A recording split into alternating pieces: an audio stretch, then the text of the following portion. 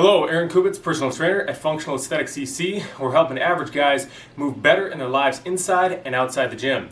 In today's video, I'm going to be basically going through a extremely simplified leg workout. From time to time, I like to just do one exercise and spend the whole workout just doing that one exercise.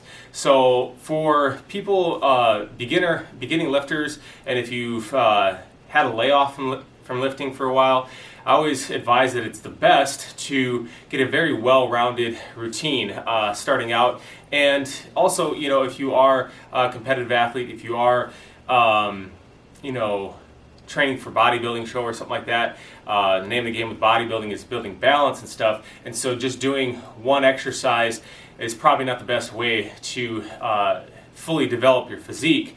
And in the long run, may end up developing some sort of muscular imbalances. But if you are short on time, which a lot of guys who watch this channel might be crunched for time, not have a lot of time on their hands to get into a workout, you want to stick with those main compound lifts. And from time to time, I like to just go in there, pick one lift, and just load it up and see, basically build up, and then kind of build or deload it, and just see how high I can go and how many reps I could do.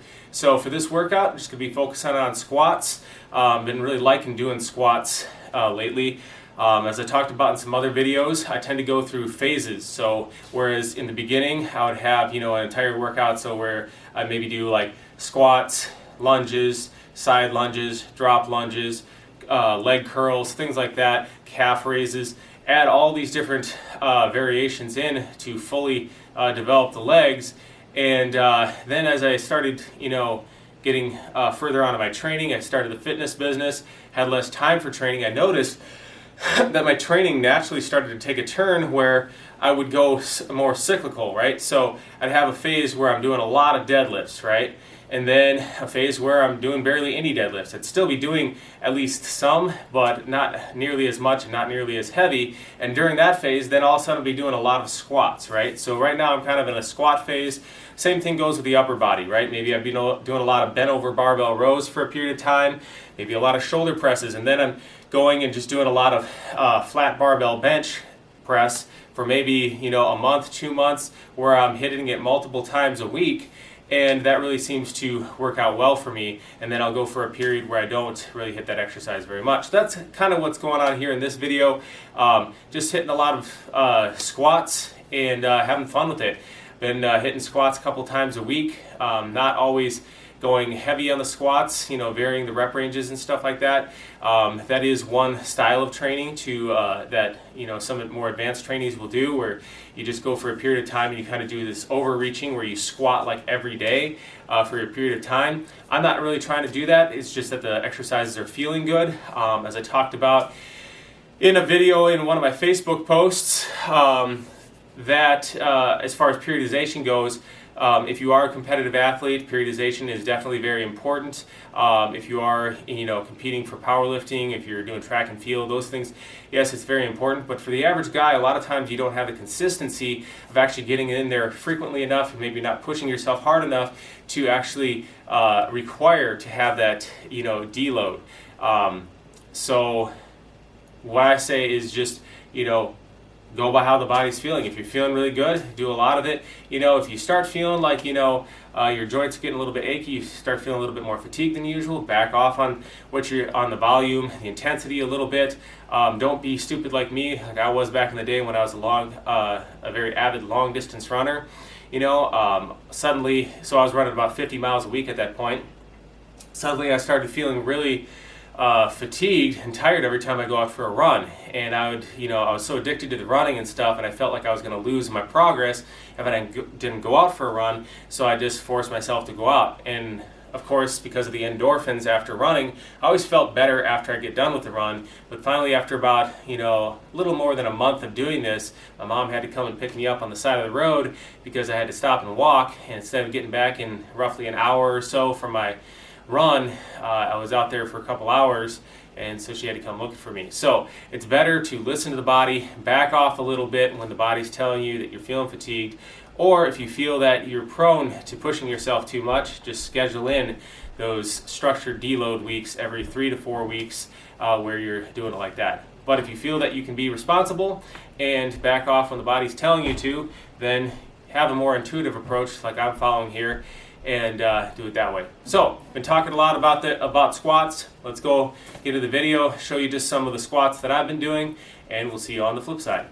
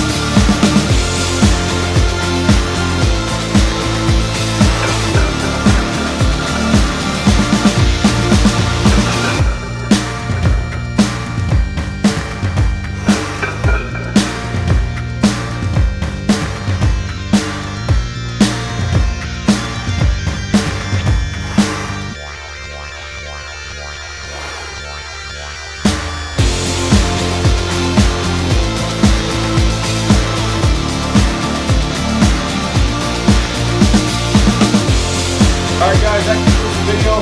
Thanks for watching.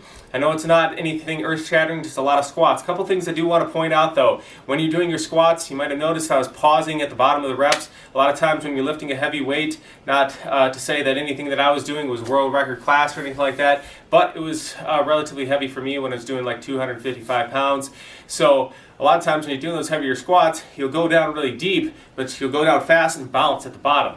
And that's kind of stressful on the joints, and it's also not fully stressing out the muscles, because that momentum helps you to break through the sticking point instead of putting that load into your muscles. So rather than overloading the muscles, you're overloading the joints, which is the opposite of what you want to be doing, because it's going to damage the joints long term and doesn't fully maximize the gains in muscle mass and strength, which is the primary purpose of why we're lifting the weights in the first place. So if you want to get strong while also keeping your knees healthy, what I recommend is fully own the weight that you are using before progressing on to heavier weights. So one thing you could do, come down to the bottom of the rep range, pause, sit there for a second, let it feel the stretch, feel the weight, feel how it feels in your muscles, come up a little bit, maybe even pause one more time, and then go all the way up. And this way you can use lighter weight while still maximally overloading your muscles for getting stronger and building more muscle. So guys, if you like this video, if you'd like to see more content related to nutrition, biomechanics on how to lift properly, different workout ideas, how to work around injuries, different mobility techniques, and philosophy related to fitness, then please subscribe to the channel by hitting the button in the lower right-hand corner of the screen, and of course hit the like button if you like this video. Alright guys, thanks for watching. We'll see you all next time.